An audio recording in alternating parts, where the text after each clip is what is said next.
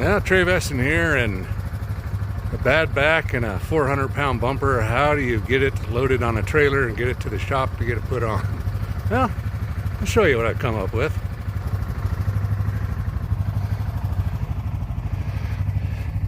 That is a Steelcraft 385-pound bumper, and that's a flatbed trailer, and that's the winch,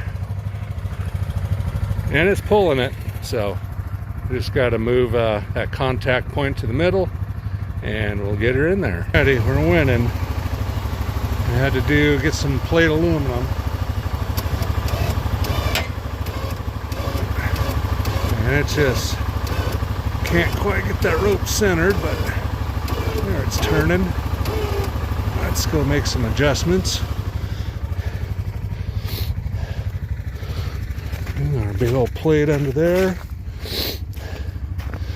Okay. Make sure we're not catching on any lips.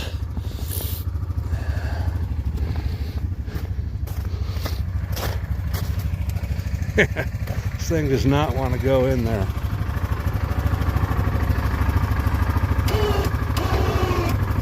Come on. We're stuck on something.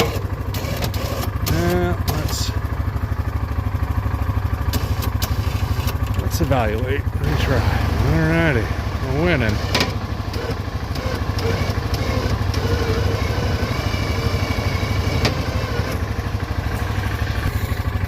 Alrighty, success. We got her. Yeah, man. I didn't have this extra aluminum plate and stuff laying around. I wouldn't have made her, but got her in. Alright, Arlo. Yeah, now it's off to the shop. Let somebody with a good back and a dry shop install this beast. Alrighty, Trey Veston out.